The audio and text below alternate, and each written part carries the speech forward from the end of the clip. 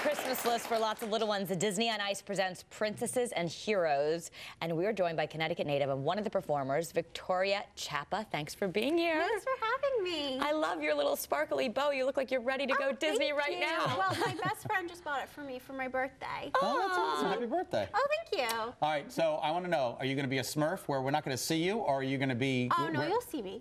We want to see your face. Yeah, I mean, my hair color changes a couple times with it, Okay. but yep, I'm a sea siren in Ariel's segment. I love the Ariel segments. They're so cool, especially when like Flounder comes out. That's exactly what I do. Really? All right. Is that what you do?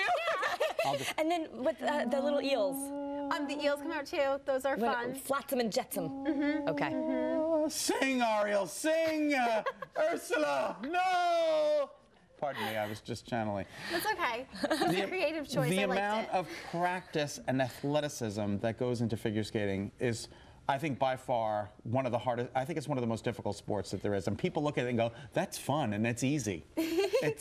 Well, basically, I started skating when I was 6. So to me, like, I skate better than I can walk because I trip all the time. But when I'm skating, I'm fine. So I'm not really sure what that's about. And growing up in Connecticut, how did you get to be so good? Where did you practice? I trained at Champion Skating Center in Cromwell. Oh, great. Okay. Yep. And Absolutely. my sister's a figure skater, and she still trains there as well. Wonderful. Now, talk to me about the hours. You get up as early as I do in the morning to get that ice time. Yeah, when I was competing, I would get up really, really early, skate before school, and I did a lot of online classes, so it was kind of easy to skate around my high school. We're talking about online classes. Yep.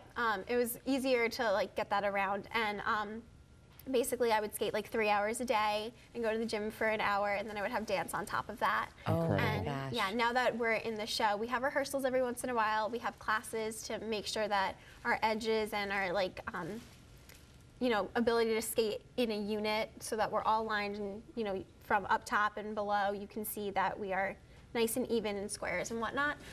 We practice that in our classes, and then we do the shows. Sometimes we have 3 shows a day, sometimes we have 1, you know. Wow. I apologize. Do we have, I don't know if we saw the video because I've been entranced in this conversation, but we have video of the show.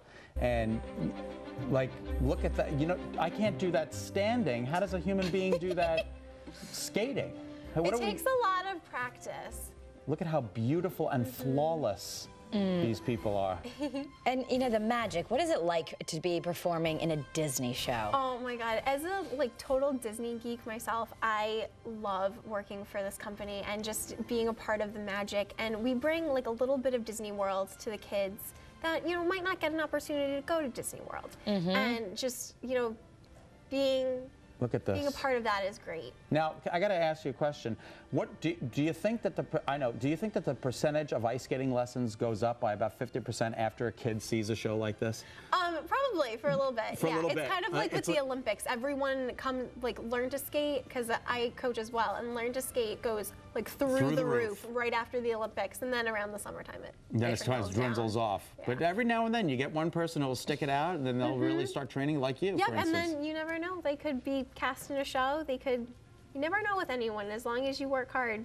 Do you think that if you're just starting out, the coaches, they can sort of identify the ability in the child early, or is it just the dedication that comes with years of practice?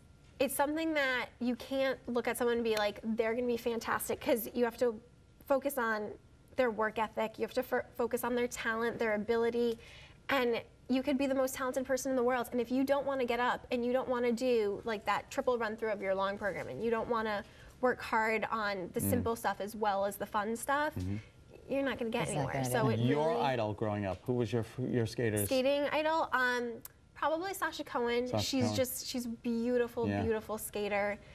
She's just such a, I don't know, she's the epitome of what a figure skater is. Do you remember Torval and Dean?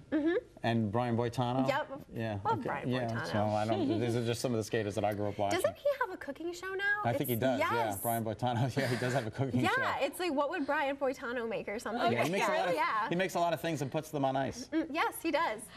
So go see Princesses and Heroes. It's at the Webster Bank Arena, January 2nd through the 5th, and the XL Center in Hartford, January 8th through the 12th. We'll have all the information on betterct.com, and we will be looking out for you during the aerial numbers. Give Victoria a nice round of applause. Thank you for coming in. We appreciate it. Thank you. All right, the Connecticut Science Center is in the house, and it's extending its hours just in time for the school vacation.